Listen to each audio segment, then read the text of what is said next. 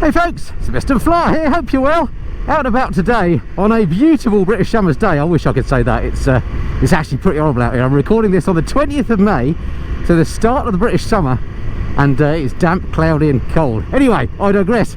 The bike I'm riding, as you'll already know, is the 2021 Triumph Speed Twin 1200 RS, a bike that I genuinely have been looking forward to riding. I'm a massive fan of speed twins, street triples, in fact, and speed triples. Got to get me words right, I'm always getting those mixed up. But I'm generally a Triumph fanboy. I own two Triumphs myself, so cards on the table. I own a street triple and a speed twin, and I've ridden the speed triple on many other occasions. So this new 2021 bike is something I'm looking forward to riding. Anyway, stick around, stay tuned. I'll give you my first impressions review.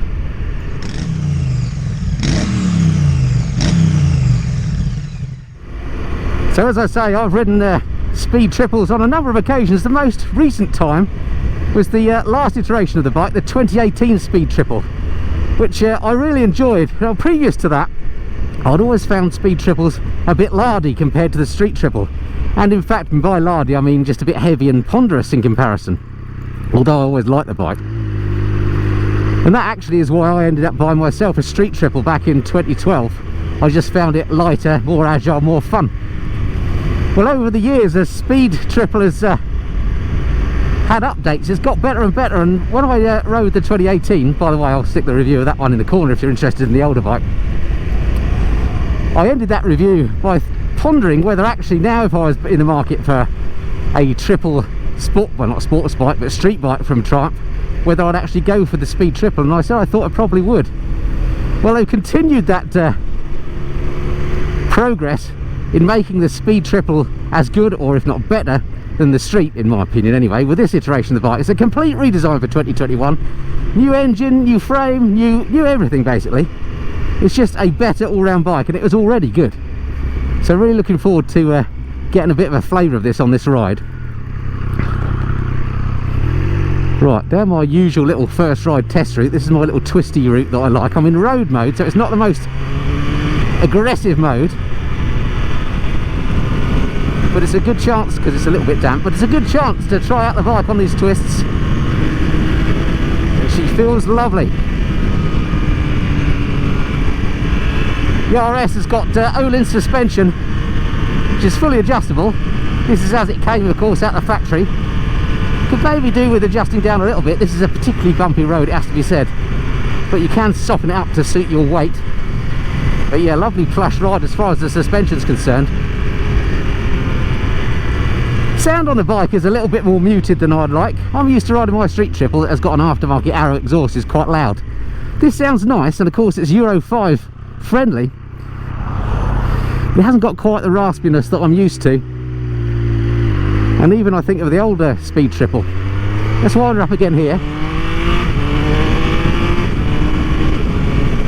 Yeah, she does sound nice, but she's quite quiet. You know, once you get to 60 miles an hour, the wind noise in the helmet overrides the noise of the engine. I'm sure there'll be aftermarket options along, so you can sort that out. So not a big concern. I mean, the general noise the bike makes is lovely. It's of course a triple, and they always sound lovely, don't they? Alright, so to the practical items on the bike, what's the seat like? Well, it's quite large actually, and I've heard people complaining about this seat, but I find it quite comfy. Okay, I've only been on the bike for a quarter of an hour. I suppose it is quite hard, but it is nice and wide, and there's plenty of room on it. I'm 5'8", and I sit quite forward on the bike, but you know, I can slide back what feels like a good, I don't know, 6 inches. If you're a taller person, I don't think you'll have a problem on this. It feels quite roomy, this bike, even though it looks quite small when you stand next to it. When you jump on, it feels much roomier than a street triple, for example. The riding position itself very familiar, just the same as the old bike, I suspect. Legs are tucked up in quite a sporty position. Your top of your body is canted forward a little bit. There's no real weight on your wrists, but it's sort of, you know, as you'd expect between a full-on sports bike and an upright naked. I find it very comfortable, I must say. Nice wide handlebars. Brakes are amazing on here. This is fitted with the latest Brembo Stylema calipers. Well, the grip on the corners as well is amazing. Well, if I remember, I'll have a look at the tyres when I do the walk around, because they are really confidence inspiring. I'm not usually that worried about tyres. I don't feel that I can, you know, I'm expert enough to tell the difference, but these, I don't know if it's the tyres or the suspension, but it's very confidence inspiring, the amount of grip off this bike. Feels like you can really lean her over. Alright, back to matters practical. Mirrors on here, it's got these nice bar end mirrors. They're a little bit similar to the ones on my Speed Twin, though I think they're a little bit more rounded. These look nice, they work well, no vibration. That's great. Let me just check those brakes again. The fronts, wow, amazing. I don't know if you saw me lean forward there, but those brakes are simply superb. Let's try the rears. Actually, the rear very, very good as well. The bike now fitted with all the latest electronics you'd expect from a bike of this type. It's got lean angle sensitive ABS and traction control, which is a nice to have, of course. It's got, I think, 5 riding modes. I'm just in road mode at the moment because I don't want to go nuts as it is a little bit damp around. And it's got all the usual stuff, you know, rain, track, user definable modes, that sort of thing. And I'll talk you through the spec in the usual way in a minute and show you around the bike. I really like what they've done with it design wise. It now looks, to my eyes at least, like a sort of a sharper street triple. I like the way they've done the headlights on it. I like the styling. The only thing I don't like about it is something I've complained with before about new Trance, and that is the paint schemes available on this. This one's in a grey, you can also get it in a black. It's just not very exciting. This grey is that sort of matte finish. I don't know, it just doesn't do it for me. It looks okay. It would be so much nicer if they're a bit bolder with the colour schemes. Come on, Trance, bring back your yellows and your purples and your greens like you used to do. I'm sure you've done your market research and they say they don't sell, but boy, they look so much nicer to my eyes. Okay, what else strikes you when you ride this for the first time? Well, the display, of course. Lovely TFT on here, something I've often been critical of Triumph for. I've often described their TFTs as a bit of Fisher Price. Well, they've come of age with this one, because I think it looks lovely.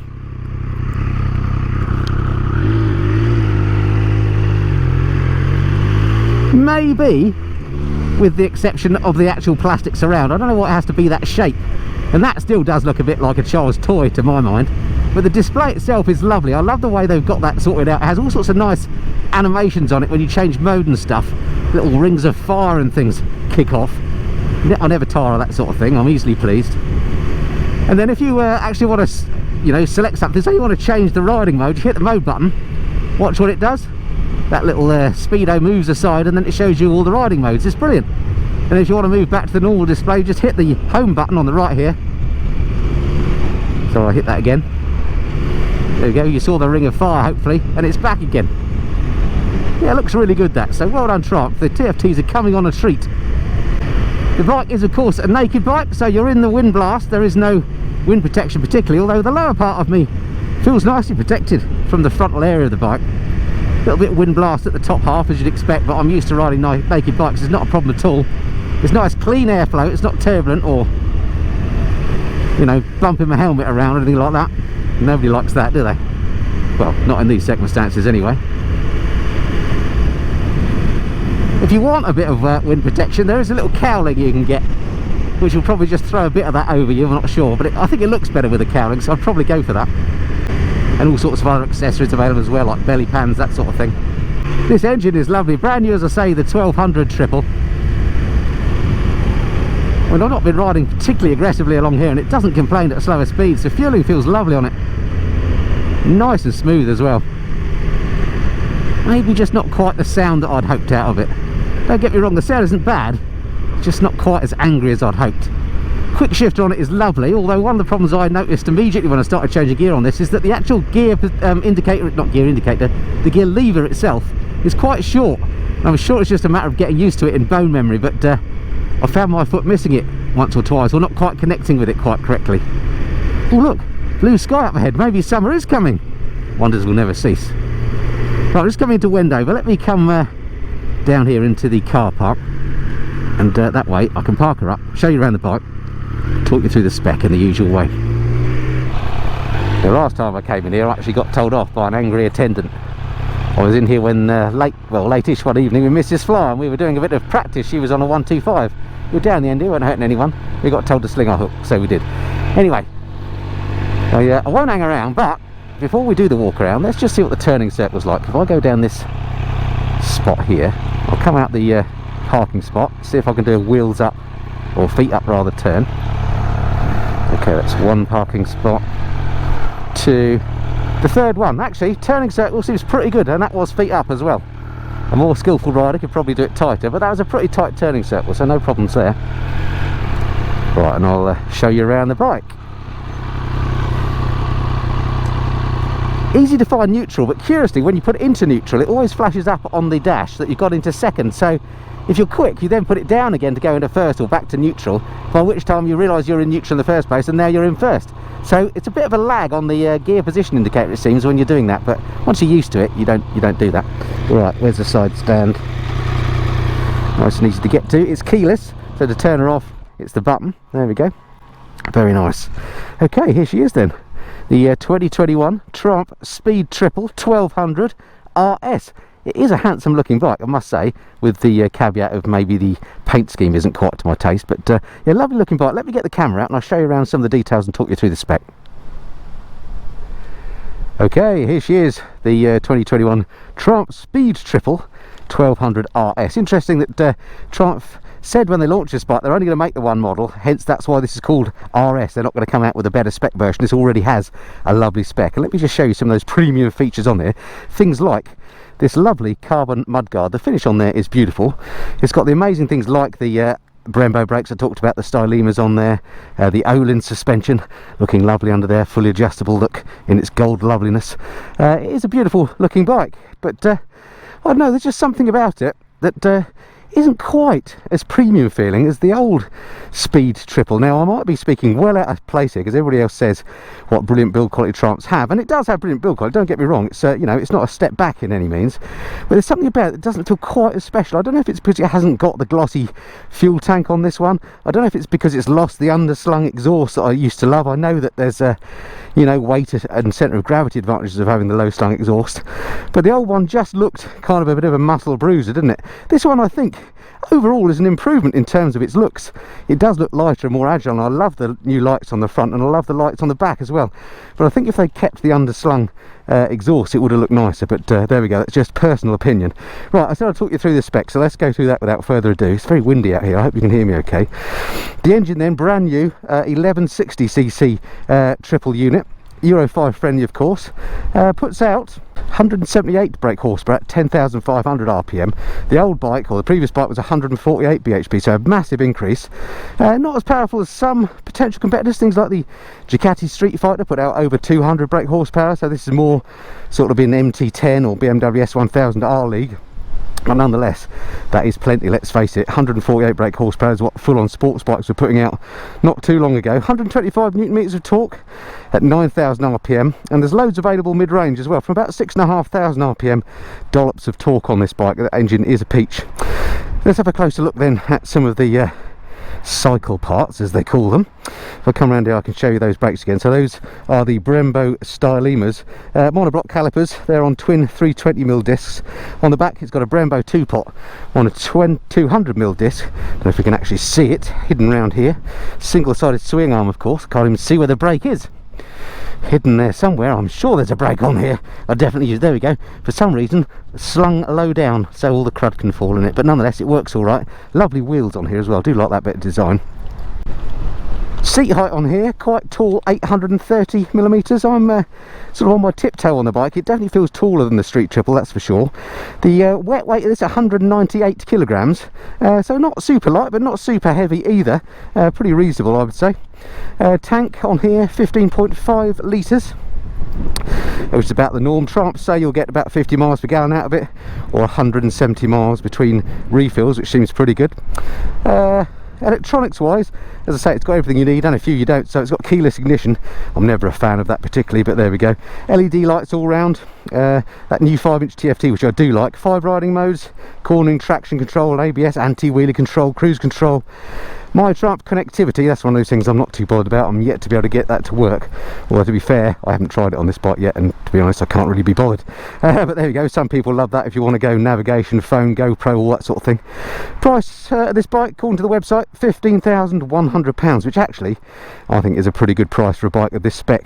And it is a lovely thing. And money complaints really, as I say, bit of a dull paint scheme, but there we go, maybe they'll come out with some more exciting ones in due course. Alrighty, I think that's it for now. Let's jump on then and ride us some more. Oh, by the way, if you're a fan of my fashion segments, do stick around to the very end of the video. After the credits, I'll be going through the kit that I'm wearing. As eagle-eyed ones amongst you might have noticed, this is a bit different to what you've seen me wear for a long time. So I'll talk you through this lot at the end of the video if you're interested.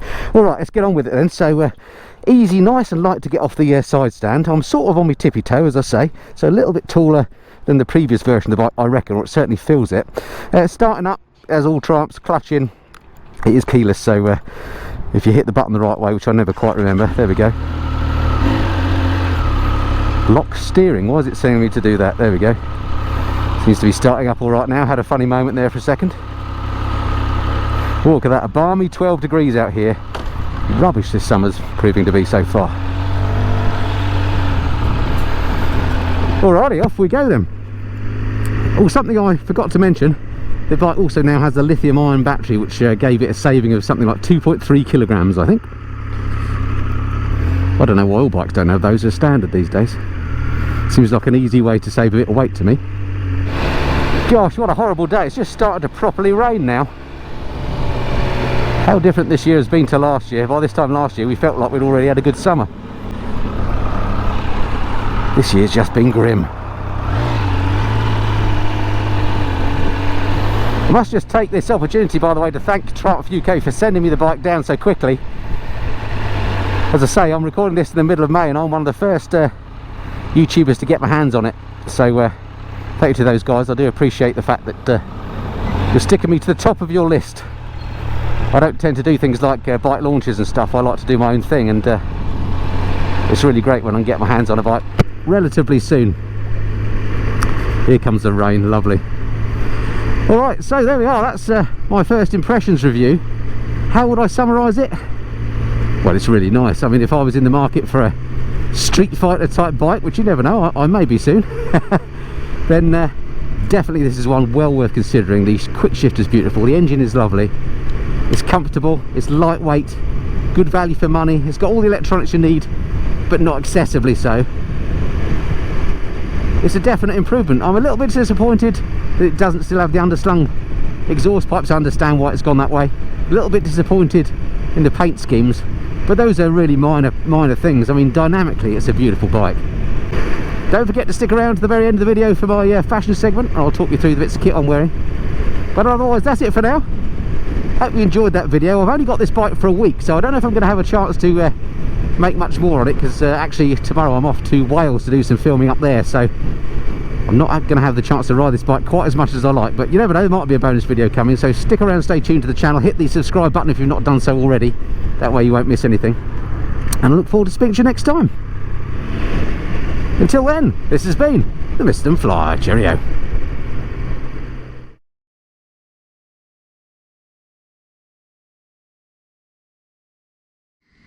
Well, thank you for sticking around to the bitter end of the video. I decided I'd do the fashion segment actually back here in my garage. It's so windy and horrible outside, I thought you wouldn't hear me with this microphone. Anyway, I realised as I was riding back that I mentioned how good the lights are on the Speed Triple, but I didn't actually show you them. So let me just show you them before we get into the fashion segment. Oh, the front light is like this, look. How cool is that? I just think that looks really good. And they've done a similarly cool job on the back. We'll go check out this rear light. Cooler. Anyway, we came here for the fashion segment. Let's turn the bike off. Let me talk you through the kit that I was wearing on that review, so that I don't have to answer all those questions about, you know, what was that helmet you were wearing, what was that jacket, whatever, because some of this stuff you won't have seen before, I think. So let's start then with, let's start with my earplugs. These are my custom fit guards from channel sponsors, Custom Fit Guards, surprise, surprise, there we go, that's what they look like. These are called their CF Auto earplugs. They're brilliant things, they are of course custom made, and the great thing about Custom Fit Guards these days is they actually come to you to do the moulding, so you don't have to go to an audiologist to get them done. And if you use the code FLYER10 when you order them from the website, you can get 10% off those as well. I'll stick a link below as to where you can get the discount, and also then you can organise for them to come around and get yourself some custom fit guards made, so they're rather excellent. Next up, you saw me wearing a helmet that normally is hanging up here with these other helmets. You know, people often ask me how many helmets do I have, and at last count I've got about 17. But one of the earliest helmets I bought, in fact the second helmet I think I ever bought, was this one that I was wearing today. This is my Array Rebel. It's a helmet I bought at the same time that I bought actually this bike I'm stood next to, my Street Triple, there we go, still looking splendid, back in 2012. And it's a brilliant sort of not Street Fighter helmet, but well, it sort of is a street helmet. Anyway, they don't make that one anymore. It's been replaced by another helmet. So let me just get the details. I'll tell you what that is. Right, I did come prepared. I actually wrote down the details of all the kit I was wearing so I could give you that. So yeah, so the Arrow Rebel has been replaced by something that looks very similar indeed. I'll put a link below to this. It's now called the Debut, and it's obviously a slightly better helmet, slightly improved. It costs $329.99 from Sports Bike Shop, which is excellent value for an Arrow, which I think, along with Shoei, are the best helmets that you can buy. They're comfortable, they're quality made, very nice helmet, and yeah, recommend them. So the Arrow Debut, $329.99, great value for an Arrow helmet, and the fact that it's called a Debut makes you think that it's probably the entry level one, but it's very, very good, I have to say. All right, next up, gloves. Now these are some that you may not have seen me wearing before. Let me show you these. These are from Oxford. These are absolutely amazing value gloves. These are called their Brisbane gloves. They're actually summer gloves, and what I like about them is, one, the cost, they're 29 quid. Two is the protection. They've got proper knuckle protection, and they've got leather protection as well, you know, at the palms, and they're very nice and tactile. You can actually feel, you know, when I'm operating my camera and stuff, they're very easy to use. You don't have to break them in, they're not too thick, so they're excellent gloves. Recommend those. As I say, they're $29.99, and again, I'll stick a link below to that. Next up, can't forget, of course, my TMF neck buff, available from my website, a mere £8. Go to www.themissingtonflyer.com for that, and there's loads of other great stuff there as well. Some new merch being added all the time. Things like key rings are there now for, I think, £3.50. Well worth checking out. New mug as well. Next up, leather jacket. This here is a Furigan leather jacket. Again, like the helmet, I bought this back when I bought the Street Triple. It was a jacket that I thought would be ideal for this sort of bike, and so it has proved to be. Again, a bit like the helmet, I don't think Furigan make these anymore. The nearest one these days is called the Raptor Evo 2, which again is an improved version. That costs £386. I'll put a link below. It's one of these jackets that's protective, warm. I think it looks pretty good. It feels a bit like a suit of armour, and it sort of gives me a sense of security when I'm riding with it. Okay, next up, all my jeans. You've seen these many times. These are my Oxford original approved jeans. These are the black in slim fit. I just love these because you can wear them on any occasion, not just on the bike, but you can, you know, these days you can actually go to the pub with them as well, because pubs are open again. Yeah, very protective, AA protected. They're soon going to be coming out with a AAA protected version. Incredible, and they're £119 rather. Again, from Oxford. I'll put from Sports Bike Shop. I'll put a link below, and hands up, all those sports bike links below are what are called affiliate links. So if you click on those and you subsequently buy something, I get a little kickback for the channel at no extra cost for you. And I think you'll find that Sports Bike Shop prices are pretty darn good. Anyway, all right, last but not least, something I've been going on about recently, because this is a new addition to my biking wardrobe. Let's get this ready. These are my Ikazu boots from TCX. Pretty cool looking things, and what I like about them is they're waterproof. I said once before they were Gore-Tex. They're not actually Gore-Tex, that's a trade name or something like that, but they are actually waterproof. And what I like about them is they've got a zip on the front, so they're very easy to take on and off, even with a gloved hand. And they've got excellent protection as well. They've got D3O armour in the ankles and in the soles. That's that stuff that's non-Newtonian. It goes hard when you hit it, so it makes them very comfortable. And they look stylish as well. Again, both on and off the bike. If you want a pair of those will cost you £143.98. Once again, link below. All right, that's it for now. Hope you enjoyed that, and yeah, speak to you again soon.